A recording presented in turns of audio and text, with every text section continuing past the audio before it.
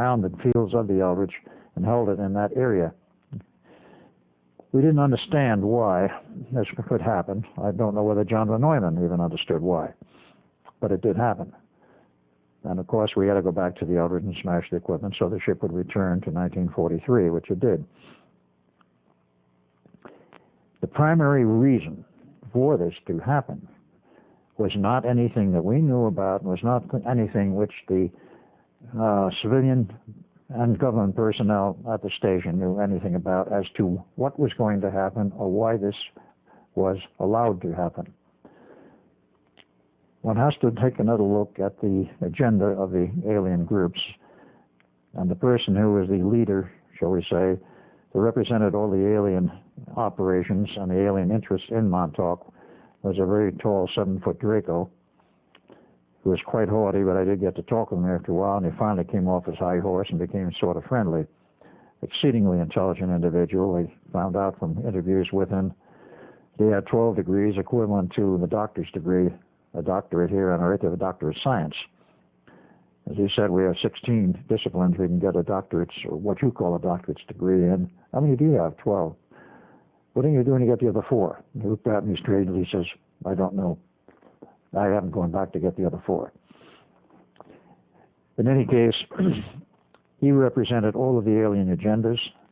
The alien agenda was approved in advance by the government interests as the price for getting the technology to build this station. So they set it up so it would operate on the 12th of August, 1983, and produce a rift in space-time 40 years wide for purposes which we didn't understand then either, or didn't we understand for some years after that, even when we were looking at this in the face. What does this really mean?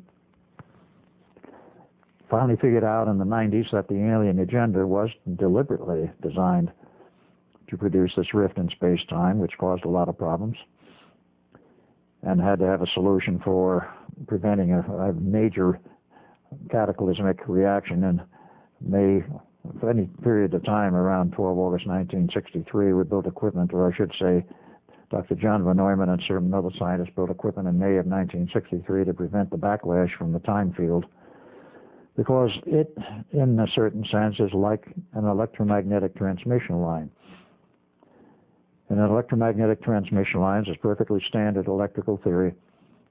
You transmit RF energy down a line from a certain source impedance. The transmission line cable has the same impedance, and you pump it into a load which is of the same characteristic impedance. You have maximum transfer of power, and it's very smooth. If you don't have a matching impedance of the final end that's off, then you start to get standing waves. There's energy reflected back to the source.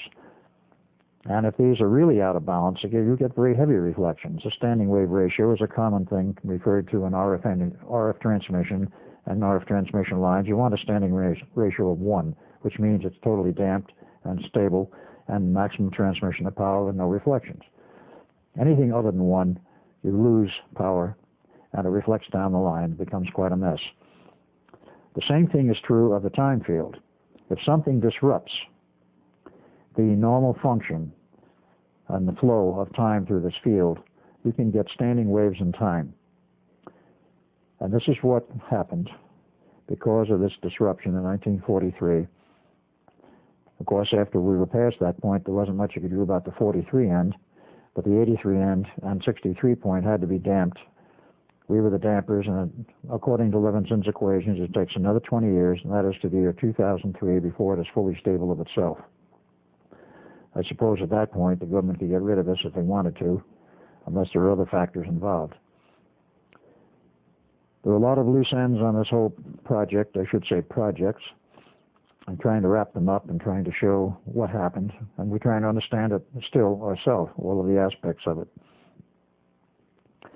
Montauk was shut down on 12 August 83. It was rebuilt, reopened in 87, and as I've stated earlier, of course, it became involved in Navy projects, Air Force and then Navy, and is still operational to this day.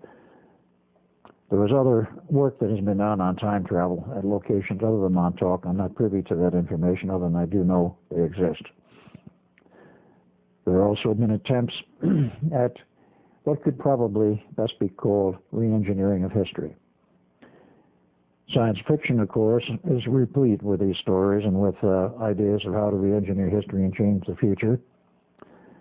All I can state is, and my information is, this has been done, and we would not, of course, be aware if it was successful. The only way we would possibly be aware of it is if some of us, a group, were off-planet, far enough away to watch and record the change in history from a distant point, that suddenly everything changed. Because if you re-engineer history by changing the past, the present, so to speak, and the future will be altered. And since it has been changed completely, no one is going to remember that it ever happened. This is one of the strange facts about it. And, of course, the textbooks change, everything changes physically. This begs a question. How real is this reality? We write books, we make monuments, we carve in the stone, and this sort of thing. If we can re-engineer history by going back into the past and changing some major element, does all of this change? And if it does, then how real is our reality? It's an interesting point. I think I will leave it at that, except for one other item.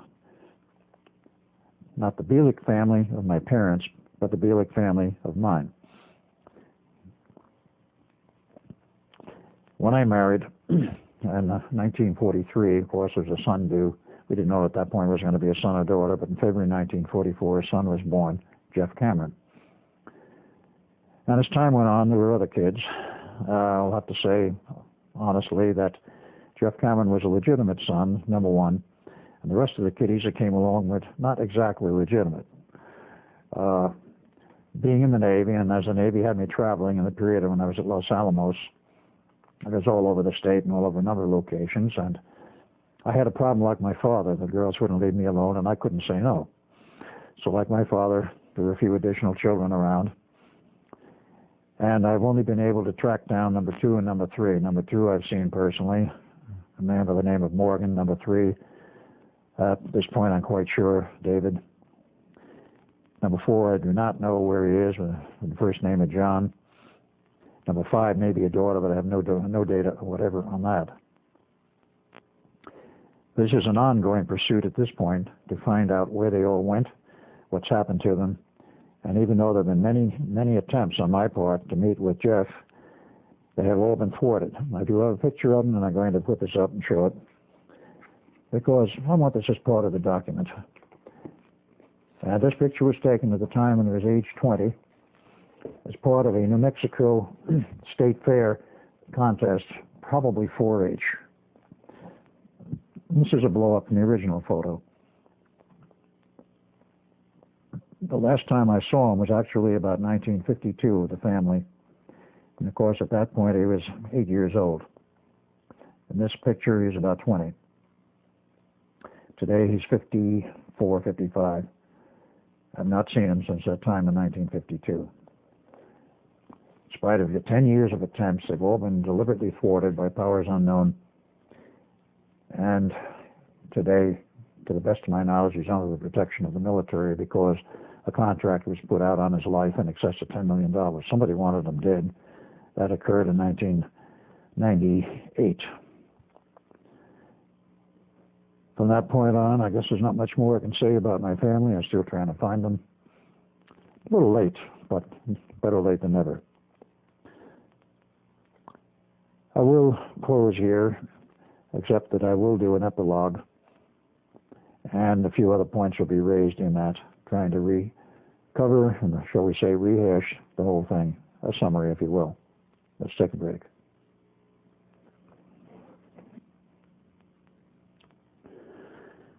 I could put a small epilogue in here, looking back over the history of this past century, the 20th century, this now being the year 2000, in April of the year 2000, actually the 21st century, though some people will dispute whether it is yet the 21st century. The history of science is very curious. Back in the days, let us say about the turn of the century, mathematicians and scientists at that time said a heavier than air craft could never fly. Well, in York, 1903, the mathematicians were proven wrong when the Wright brothers flew a plane.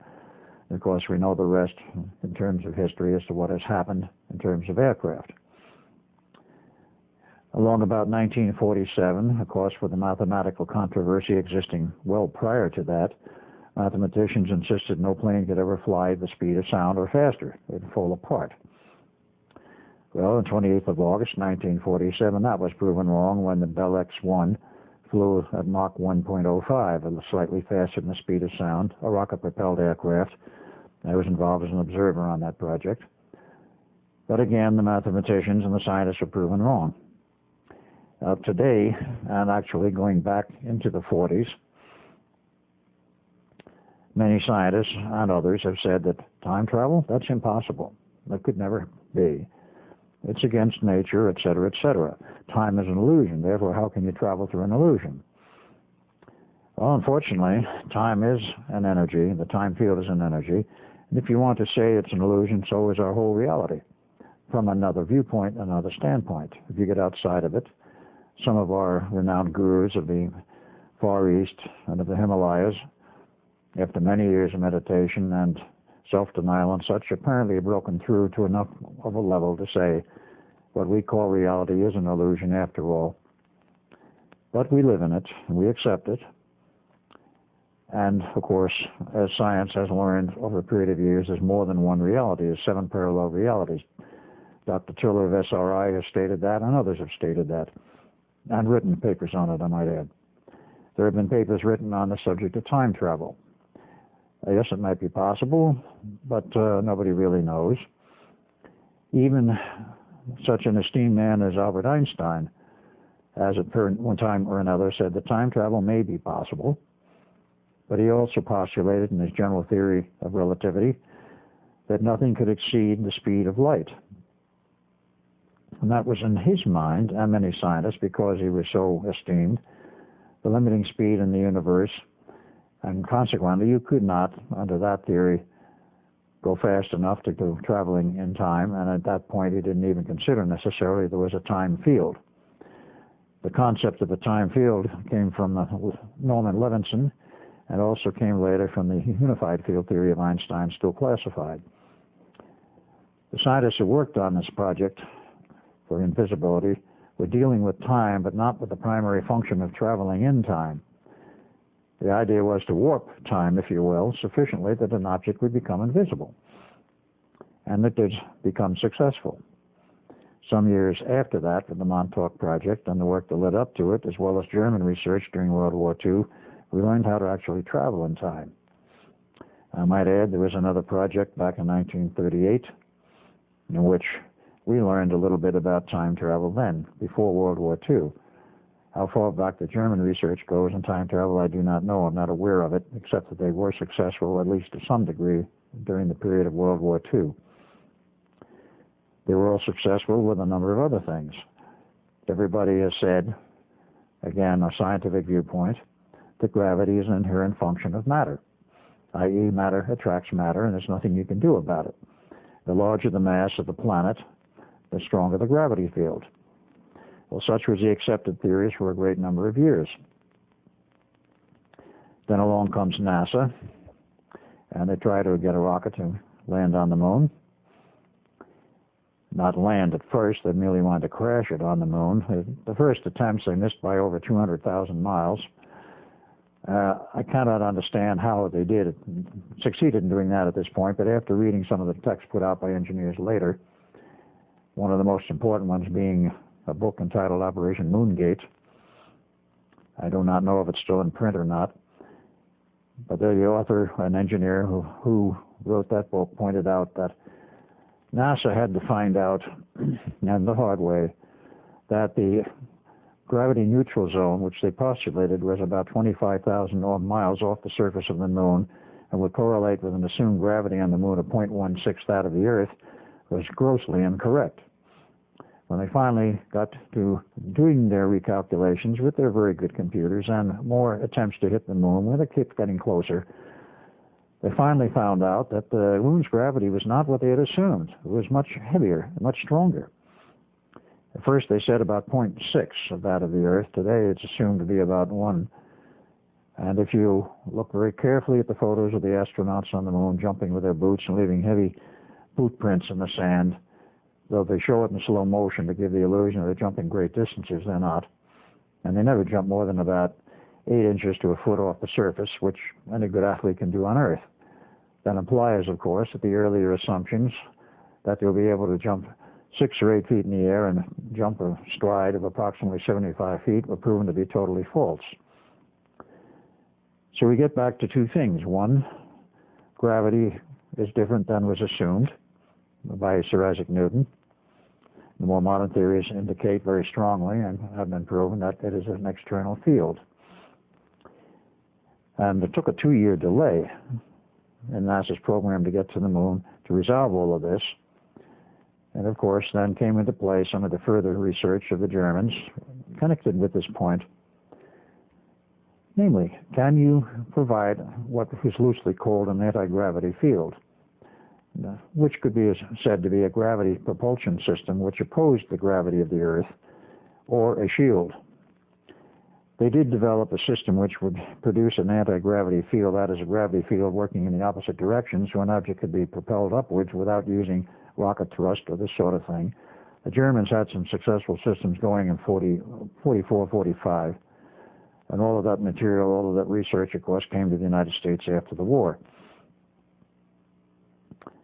All of the reports indicate not only did the Germans build some, quote, UFOs, unquote, circular-foil aircraft would be more accurate in description, but they have built a lot of them, and they were all anti-gravity drives and float around the Earth, and many of the so-called UFOs seen in the Earth's atmosphere in the past 40 years or so, many of them are probably German craft, because they did master the technology for anti-gravity. There were 2 systems under development during the period prior to World War II.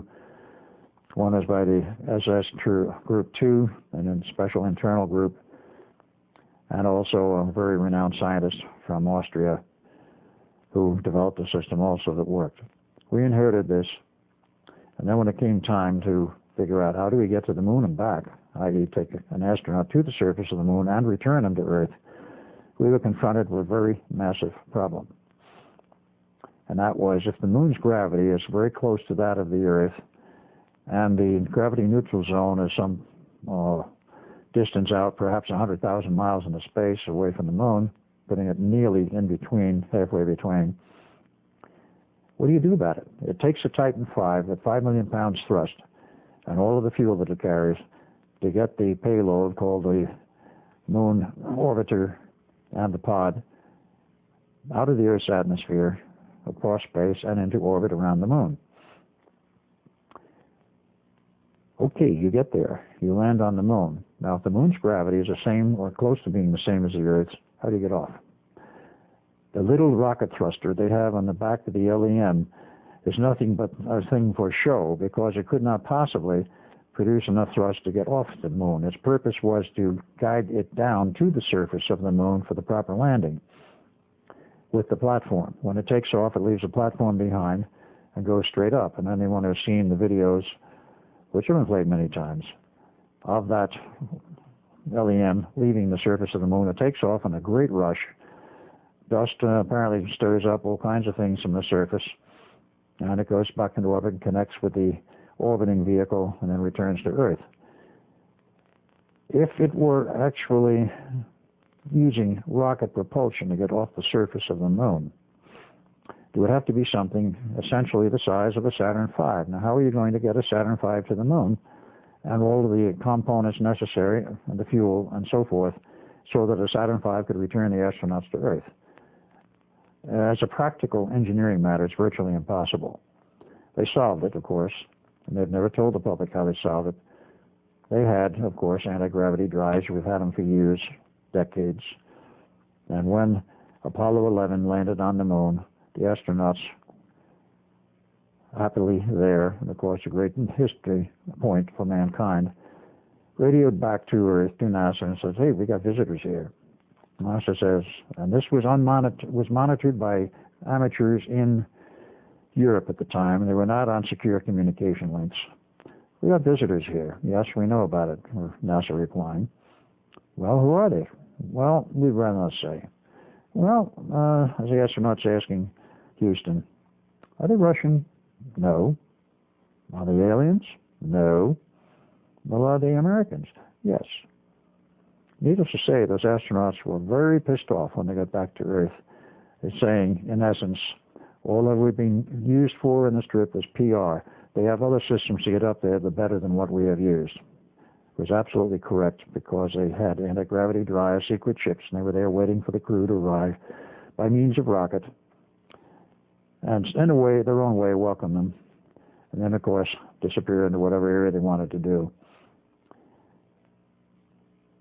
Scientists and mathematicians have had a history of saying it's not possible. It can't be done. Well, we've done it. We've done many things. We have time travel. We have anti-gravity drives. We have weapon systems today, which doesn't fit in, of course, with my history. I'm not involved with them. But today we have particle beam weapon systems, which really were invented directly and originally by Nikola Tesla, which are sufficient power mounted on Earth with very long laser bored tubes for the twin-beamed gun, if you will. The longest one today is 300 miles long in the center of the, not in the center of the Earth, the center of the U.S. underground. And how it's controlled or steered, I don't know. But it has enough power that they use the moons of Jupiter for a shooting gallery. They've actually punched a hole 25 miles in diameter through one of the moons. It can't be done, but somehow we managed to do it. And I think we will continue to make progress and to do what has been called impossible. With that, I will close. Thank you.